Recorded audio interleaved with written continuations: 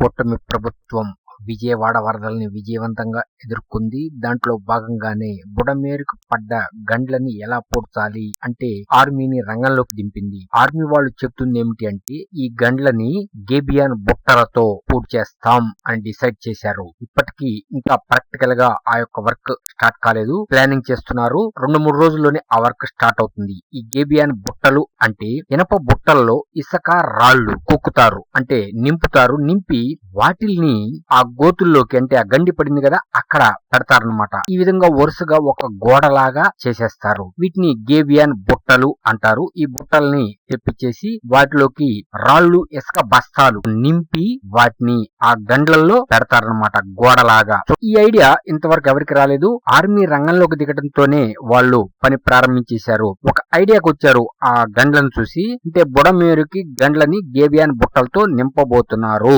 Budameru గండ్లని గేబియాన్ బుట్టలతో close చేసేస్తారు. ఇంకెక్కడైనా సరే, ఎప్పుడైనా సరే, ఎక్కడైనా ఇట్లా గండ్లు పడితే వెంటనే ఈ గేబియాన్ బుట్టలను తెచ్చి ఆ గండ్లని మనం పూర్తి చేసుకోవచ్చు, ముప్పుని తప్పించుకోవచ్చు. ఈ విధంగా ఉంటుంది. గౌరవ ముఖ్యమంత్రి నారా చంద్రబాబు నాయుడు గారు రంగంలోకి దిగారు. కూటమి ప్రభుత్వం చాలా విజయవంతంగా ఈ వరదని ఎదుర్కొంది. విజయవాడ వరద ముప్పుని విజయవంతంగా ఎదుర్కొన్న కూటమి ప్రభుత్వాన్ని ప్రజలు వేణులా కొనియాడుతున్నారు. ఈ గేబియాన్ బుట్టల ఐడియా ఇంతవరకు ఎవరికి రాలేదు. ఆర్మీ రంగంలోకి దిగటంతోనే వాళ్ళు ఈ ఐడియా ఇచ్చారు. సో 2-3 రోజుల్లోని ఈ వర్క్ స్టార్ట్ అయ్యి ఆ గండ్లని పూర్తి చేస్తారు.